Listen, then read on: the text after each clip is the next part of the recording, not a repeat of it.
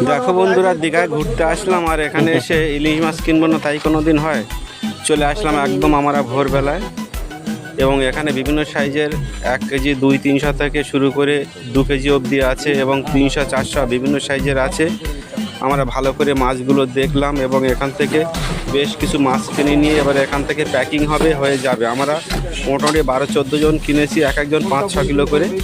আমি দুটো পেটিতে ভাগ করে নিলাম এবং এখানে একটা পেটিতে প্যাকিং হচ্ছে। এরা খুব সুন্দর করে প্যাকিং করে দিচ্ছে, এই সোলারের বাক্স এবং তার সাথে বরফ দিয়ে ভালো করে এরা প্যাকিং করে দিচ্ছে যাতে আমরা নিয়ে যেতে পারি। এবং বলছে এরা 2 থেকে 3 দিন থাকবে এই পেটির মধ্যে, কিচ্ছু হবে না।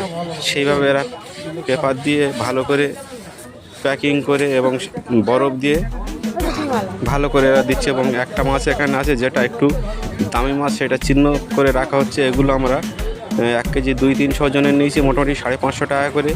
তার মধ্যে যেগুলো ডিম আছে সেইগুলোরই দাম কম, আর যেগুলো ডিম নেই সেইগুলো 700 থেকে 1000 টাকা অবধি আছে।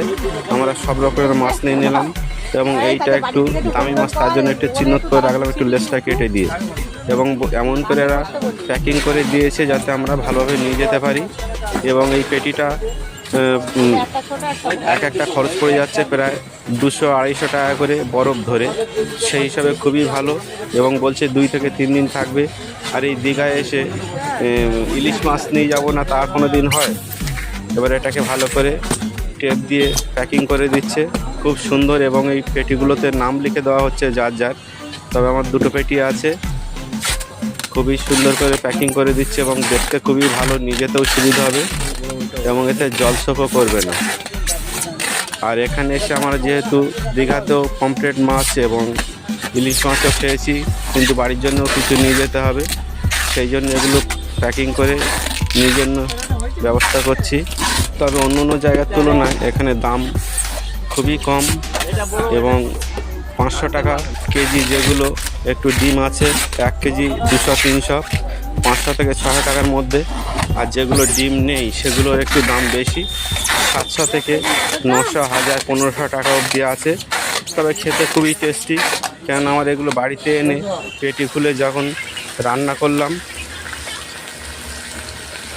এবং সেটা হালকা বেগুন দিয়ে ঝোল করা হলো এবং এক এক দিন এক এক রকমের খাওয়া হলো, খুবই টেস্টি, খেতেও ভালো। তোমরা যারা দীঘায় ঘুরতে যাবে অবশ্যই নিয়ে আসবে এইভাবে। এবং এখানে প্রচুর পরিমাণে মাছ পাওয়া যায়, নোনা মাছ। বর্ষার নানি ইলিশ আমরা ভেজেও খেলাম, ভেজেও খেতে